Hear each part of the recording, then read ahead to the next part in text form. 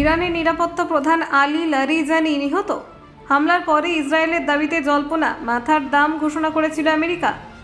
তেহরানে বড় হামলা, Ali Larijani কি সত্যি নিহত? চাঞ্চল্যকর দাবি ইসরায়েলের। ইরানের ক্ষমতার কেন্দ্রে বিস্ফোরণ, লারিজানিকে ঘিরে রহস্য ঘনাচ্ছে।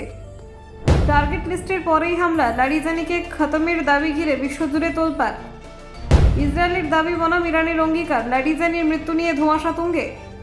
খামেনেইয়ের ঘনিষ্ঠ লারিজানি, তাকে কি নিশানা করল ইসরায়েল? তেহরানে সিরিজ হামলা, বড় টার্গেট লারিজানি, যুদ্ধ কি আরো ভয়াবহ দিকে? মুসলিম ঐক্যের ডাক, এর পরেই হামলা, লারিজানিকে ঘিরে রহস্য বাড়ছে। আমেরিকার মাথার দাম তালিকা, তারপরেই হামলা, কাকতালীয় নাকি পরিকল্পিত খেলা? দেখুন, ইরান ইসরায়েল উত্তেজনার আবহে এক নতুন বিতর্কের জন্ম দিয়েছে ইরানের নিরাপত্তা প্রধান আলী লারিজানিকে ঘিরে হামলার খবর।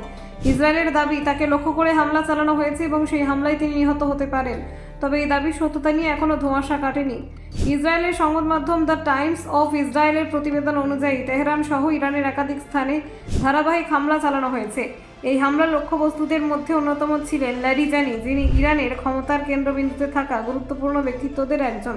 অন্যদিকে কাতার ভিত্তিক সংবাদ মাধ্যম আল জাজিরা জানাচ্ছে, ইসরায়েলের প্রতিরক্ষা মন্ত্রী ইসরায়েল কাটজ সরাসরি দাবি করেছেন যে এই হামলায় লারিজানি নিহত হয়েছেন। এই বক্তব্য আন্তর্জাতিক মহলে যথেষ্ট আলোড়ন সৃষ্টি করেছে। তবে ইরান সরকার এই দাবিকে সম্পূর্ণভাবে খণ্ডন করেছে। তাদের বক্তব্য, লারিজানির মৃত্যু সংক্রান্ত কোনো নিশ্চিন্ত তথ্য নেই এবং ইসরায়েলের দাবি ভিত্তিহীন। ফলে পরিস্থিতি আরও জটিল হয়ে উঠেছে।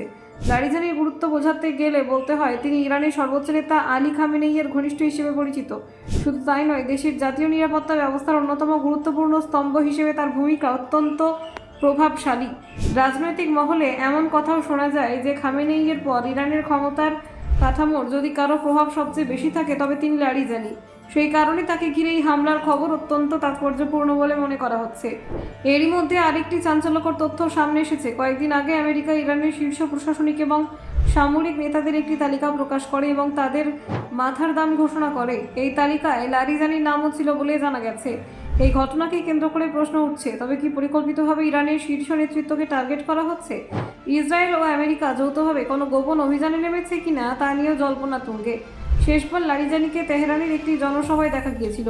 সেখানে তিনি আমেরিকা ও ইসরায়েলের বিরুদ্ধে মুসলিম বিশ্বের ঐক্যের ডাক দিয়েছিলেন। তার এই বক্তব্য আন্তর্জাতিক রাজনীতিতে নতুন মাত্রা যোগ করেছিল। এই বক্তব্যের পরে খুব অল্প সময়ের মধ্যে তাকে লক্ষ্য করে হামলার খবর সামনে আসায় ঘটনাটির সঙ্গে রাজনৈতিক প্রতিক্রিয়ার যোগ রয়েছে কিনা তা নিয়ে বিশ্লেষণ শুরু হয়েছে। শুধু লারিজানি নন, ইরানের আধা সামরিক সংগঠন বাসিজ রেসিস্টেন্স ফোর্স এর প্রধান গোলাম রেজা সোলেইমানিকেও নিশানা করা হয়েছে বলে দাবি করেছে কিছু ইসরায়েলি সংবাদ মাধ্যম। Bureau report, Bangla digital TV.